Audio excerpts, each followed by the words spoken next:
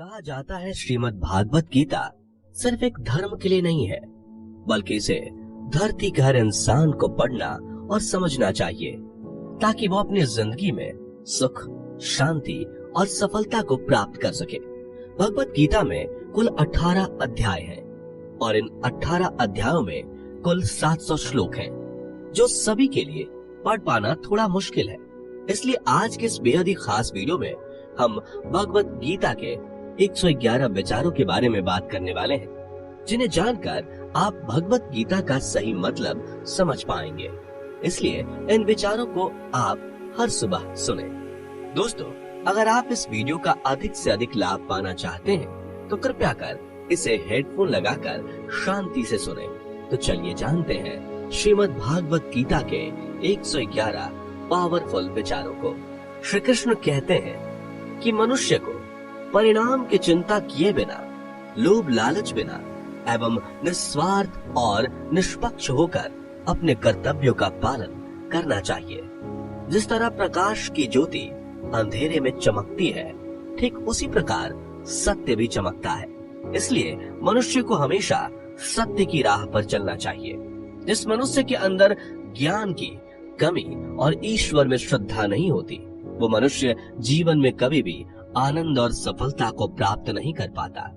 जिस प्रकार मनुष्य अपने पुराने वस्त्रों को त्याग कर नए वस्त्र धारण करता है, ठीक उसी प्रकार आत्मा पुराने व्यर्थ के शरीर को त्याग कर नए भौतिक शरीर को धारण करती है।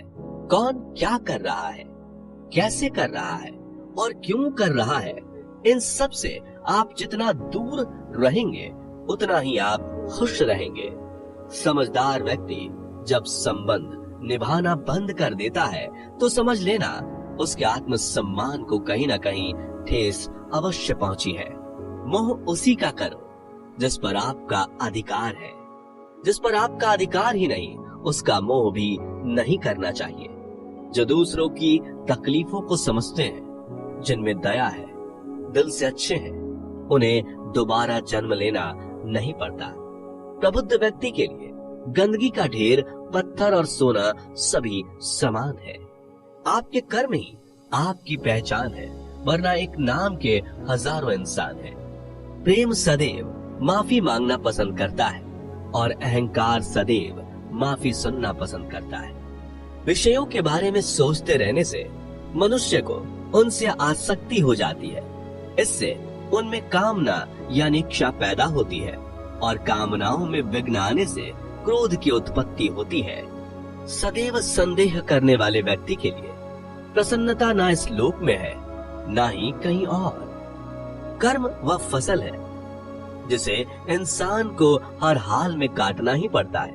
इसलिए हमेशा अच्छे बीज बोएं ताकि फसल अच्छी हो। जो होने वाला है वो होकर ही रहता है और जो नहीं होने वाला वो कभी नहीं होता।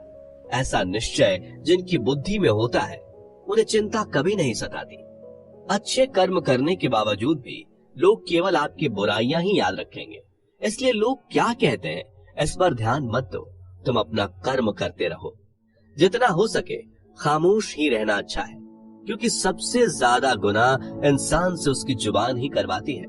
गीता में भगवान श्री कृष्ण कहते हैं कि हे अर्जुन, अपने परम भक्तों जो हमेशा मेरा स्मरण या एक चित्त मन से मेरा पूजन करते हैं, मैं व्यक्तिगत रूप से उनके कल्याण का उत्तरदायित्व लेता हूँ। हे पार्थ, जो लोग भक्ति में श्रद्धा नहीं रखते वो मुझे प्राप्त नहीं कर पाते, अतः वे इस भौतिक जगत में जन्म मृत्यु के मार्ग पर वापस आते रहते हैं। मौन सबसे अच्छा उत्तर है किसी ऐसे व्यक्ति के लिए जो आपके शब्दों को महत्व नहीं देता। बदल जाओ वक्त के साथ, या फिर वक्त बदलना सीखो। मजबूरियों को मत कोसो, हर हाल में चलना सीखो। किसी काम की चिंता करना ठीक है, पर चिंता इतनी भी नहीं होनी चाहिए कि वह काम ही बिगड़ जाए। अच्छी नीयत से किया गया काम कभी व्यर्थ नहीं जाता और उसका फल आपको जरूर मिलता है। श्री कृष्ण कहते हैं कि मैं किसी का भाग्य नहीं बनाता, हर कोई अपना भाग्य खुद बनाता है। आप आज जो भी कर्म कर रहे हो उसका फल आपको कल प्राप्त होगा, और आज जो आपके पास है वह आपके द्वारा पहले ही किए गए कर्मों का फल है। मनुष्य नहीं, उसके कर्म अच्छे या बुरे होते हैं, जैसे मनुष्य के कर्म होते हैं, उसे वैसे ही फल की प्राप्ति होती है। तुम्हें सिर्फ अपने कर्म करने का अधिकार है, किंतु कर्म के फलों के तुम अधिकारी नहीं हो। तुम ना तो कभी अपने आप को अपने कर्मों के फल का कारण मानो, नहीं कर्म ना करने में आसक्त हो जाओ। सही कर्म वह नहीं है जिसके परिणाम हमेशा सही हो, अपितु सही कर्म वह है जिसका उद्देश्य कभी गलत ना हो।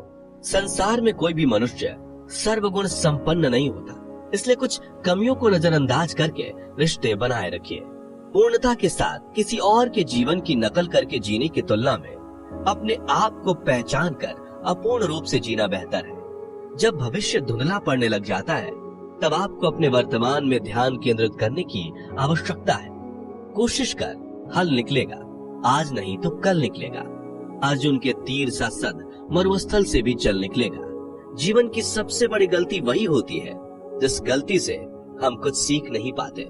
जब हमारा मन कमजोर होता है तो परिस्थितियां समस्या बन जाती हैं, और जब हमारा मन स्थिर होता है तब परिस्थितियां चुनौती बन जाती है, और जब हमारा मन मजबूत होता है तब परिस्थितियां अवसर बन जाती हैं। मनुष्य की मानवता उसी वक्त नष्ट हो जाती है जब उसे दूसरों के दुखों पर हंसी आने लगती है। हे भारतवंशी, शरीर में रहने वाले का वध कभी नहीं किया जा सकता, अतः तुम्हें किसी भी जीव के लिए शोक करने की आवश्यकता नहीं है। समय यही सिखाता है कि जिंदगी किसी का इंतजार नहीं करती और ना ही किसी के लिए रुक सकती है। जिंदगी खेलती भी उसी के साथ है जो खिलाड़ी बेहतरीन होता है। दर्द सबके एक जैसे हैं, मगर हौसले सबके अलग अलग हैं। कोई हताश होकर बिखर जाता है तो कोई संघर्ष करके निखर जाता है। मनुष्य को अपने कर्मों से संभावित परिणामों से प्राप्त होने वाली विजय या पराजय, लाभ या हानि, प्रसन्नता या दुख इत्यादि के बारे में सोचकर चिंता से ग्रसित नहीं होना चाहिए। यदि आप अपनी गलतियों से कुछ सीखते हैं तो गलतियां सीढ़ियां हैं, और नहीं सीखते तो गलतियां सागर हैं। निर्णय आपका है, चढ़ना है या डूबना है। समस्याएं इतनी ताकतवर नहीं होती जितना कि हम उन्हें मान लेते हैं। कभी सुना है कि अंधेरे ने सुबह को होने ही नहीं दिया? गलतियां ढूंढना गलत नहीं है, बस शुरुआत खुद से होनी चाहिए। जरूरी नहीं हर बार आपके शब्दों को सही समझा जाए, इसलिए कभी कभी चुप रहना ही ज्यादा बेहतर होता है। जो जितना अधिक शांत होता है वो उतनी ही गहराई से अपनी बुद्धि का प्रयोग कर सकता है। निंदा से घबराकर अपने लक्ष्य को कभी ना छोड़े, क्योंकि लक्ष्य मिलते ही निंदा करने वालों की राय बदल जाती है। आपकी हार और जीत आपकी सोच पर निर्भर करती है, इसलिए मान लो तो हार ही होगी और ठान लो तो जीत ही होगी। सबसे समझदार और स्थिर बुद्धि वाला वही व्यक्ति है जो सफलता मिलने पर अहंकार में नहीं आता और विफल होने पर गम में नहीं डूबता। प्रशंसा हो रही हो तो ज्यादा सावधान रहने की जरूरत है। जीवन में कभी भी किसी से अपनी तुलना मत कीजिए। आप जैसे हैं सर्वश्रेष्ठ हैं। मनुष्य अपने विश्वास से निर्मित होता है। जैसा वो विश्वास करता है वैसा वो बन जाता है। जिसने मन को जीत लिया उसके लिए मन सर्वश्रेष्ठ मित्र है, किंतु जो ऐसा नहीं कर पाया उसके लिए उसका मन उसका सबसे बड़ा शत्रु बन जाता है। नकारात्मक विचारों का आना तय है, परंतु यह आप पर निर्भर करता है कि आप उन्हें कितना महत्व देते हैं। हमेशा याद रखना, बेहतरीन दिनों के लिए बुरे दिनों से लड़ना पड़ता है। जीवन में कुछ भी स्थायी नहीं है, इसलिए स्वयं को अधिक तनावग्रस्त ना करें, क्योंकि परिस्थितियां चाहे कितनी भी खराब क्यों ना हो, बदलेंगी जरूर। संसार में परेशानी देने वाले की हस्ती कितनी भी बड़ी क्यों ना हो, पर भगवान की कृपा दृष्टि से बड़ी कभी नहीं हो सकती। प्रेरणा का सबसे बड़ा स्रोत आपके अपने विचार है, इसलिए बड़ा सोचें और खुद को जीतने के लिए हमेशा प्रेरित करें। जिसने मन को जीत लिया है उसने पहले ही परमात्मा को प्राप्त कर लिया है, क्योंकि उसने शांति प्राप्त कर ली है।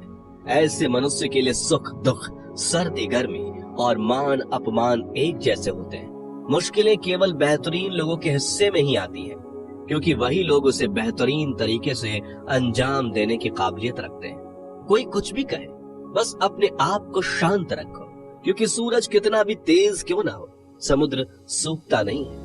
जहाँ आपकी कोई कीमत नहीं, वहाँ पर रुकना अनुचित है, चाहे वो किसी का घर हो या किसी का मन। जब कोई हाथ और साथ दोनों ही छोड़ देता है तब कुदरत कोई ना कोई उंगली पकड़ने वाला देता है। उन्हीं का नाम कान्हा है। जो मन को नियंत्रित नहीं करते, उनके लिए वह शत्रु के समान कार्य करता है। हे अर्जुन, व्यक्ति जो चाहे बन सकता है यदि वह विश्वास के साथ इच्छित वस्तु पर लगातार चिंतन करे। सिर्फ दुनिया के सामने जीतने वाला ही विजेता नहीं होता, बल्कि किन रिश्तों के सामने कब और कहां पर हारना है यह जानने वाला भी विजेता होता है। जो लोग बुद्धि को छोड़कर भावनाओं में बह जाते हैं, उन्हें हर कोई मूर्ख बना सकता है। वक्त से पहले मिली चीज अपना मूल्य खो देती है और वक्त के बाद मिली चीज अपना महत्व। मनुष्य को अपने कर्मों से संभावित परिणामों से प्राप्त होने वाली विजय या पराजय, लाभ या हानि, प्रसन्नता या दुख इत्यादि के बारे में सोचकर चिंता से ग्रसित नहीं होना चाहिए। आत्मा पुराने शरीर को वैसे ही छोड़ देती है जैसे मनुष्य पुराने कपड़ों को उतार कर नए कपड़े धारण कर लेता है। जैसे जल में तैरती नाव को तूफान उसे अपने लक्ष्य से दूर ले जाता है, ठीक वैसे ही इंद्रिय सुख मनुष्य को गलत रास्ते की ओर ले जाता है। आपका विश्वास एक पर्वत को भी खिसका सकता है, लेकिन आपके मन का संदेह दूसरा पर्वत खड़ा कर सकता है।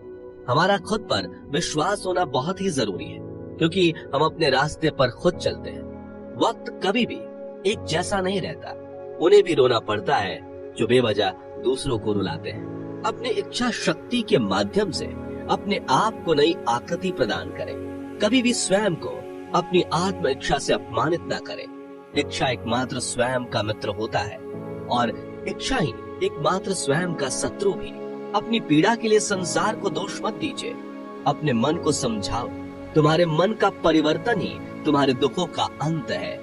खुद को कमजोर कभी नहीं समझना चाहिए। अगर आप गिरते हो तो उठने का प्रयास करो, लड़ो, पूरी निष्ठा से अपना कर्तव्य, अपना कर्म निभाओ। बाकी सब मुझ पर छोड़ दो। हो सकता है हर दिन अच्छा ना हो, लेकिन हर दिन में कुछ अच्छा जरूर होता है। धैर्य रखिए। कभी कभी आपको जीवन में सबसे अच्छा पाने के लिए सबसे बुरे दौर से गुजरना पड़ता है। रोना बंद करो। अपनी तकलीफों से खुद लड़ना सीखो, क्योंकि साथ देने वाले भी शमशान से आगे नहीं जाते। समय जब न्याय करता है तब गवाहों की आवश्यकता नहीं पड़ती है। एक उपहार तभी असली और पवित्र है जब वह हृदय से किसी सही व्यक्ति को सही समय और सही जगह पर दिया जाए, और जब उपहार देने वाले व्यक्ति के दिल में उस उपहार के बदले कुछ पाने की उम्मीद ना हो। सुंदरता आपके दृष्टिकोण में होती है। किसी को कीचड़ में खिला कमल भी लुभाता है और किसी को चांद में भी दाग नजर आता है। हे अर्जुन, जो कोई भी जिस किसी भी देवता की पूजा पूरे विश्वास के साथ करने की इच्छा रखता है, तब मैं उसका विश्वास उसी देवता में दृढ़ कर देता हूँ। उदय किसी का भी अचानक नहीं होता। सूर्य भी धीरे धीरे निकलता है और ऊपर चढ़ता है। धैर्य और तपस्या जिसमें है वही संसार को प्रकाशित कर सकता है। हे अर्जुन, स्वर्ग प्राप्त करने और वहाँ कई वर्षों तक वास करने के पश्चात एक असफल योगी का पुनः एक पवित्र और समृद्ध कुटुंब में जन्म होता है। शब्द उतने ही बाहर निकलने चाहिए जिन्हें वापस भी लेना पड़े तो खुद को तकलीफ ना हो। मन अशांत हो तो उसे नियंत्रित करना कठिन है, लेकिन अभ्यास से इसे वश में किया जा सकता है। अहंकार और संस्कार में फर्क है। अहंकार दूसरों को झुकाकर खुश होता है, संस्कार स्वयं झुककर खुश होता है। सेवा सबकी करो, मगर आशा किसी से मत रखो, क्योंकि सेवा का सही मूल्य ईश्वर ही दे सकते हैं। जब सत्य की असत्य से लड़ाई होगी तो सत्य अकेला खड़ा होगा और असत्य की फौज लंबी होगी, क्योंकि असत्य के पीछे मूर्खों का झुंड भी होगा। अकेले रहना तुम्हें यह भी सिखाता है कि वास्तव में तुम्हारे पास स्वयं के अलावा और कुछ भी नहीं। जब परिवार के सदस्य अप्रिय लगने लगे और पराये अपने लगने लगे तो समझ लीजिए कि विनाश का समय आरंभ हो गया है। क्रोध आने पर चिल्लाने के लिए ताकत नहीं चाहिए, मगर क्रोध आने पर चुप रहने के लिए खूब ताकत चाहिए होती है। जो आपका है वह आपको मिलकर ही रहेगा, फिर चाहे उसे छीनने के लिए पूरी कायनात एक हो जाए। दो प्रकार के व्यक्ति संसार में स्वर्ग से भी ऊपर स्थित होते हैं। एक वो जो शक्तिशाली होकर भी क्षमा कर देते हैं, और दूसरे वो जो दरिद्र होकर भी कुछ दान करते हैं।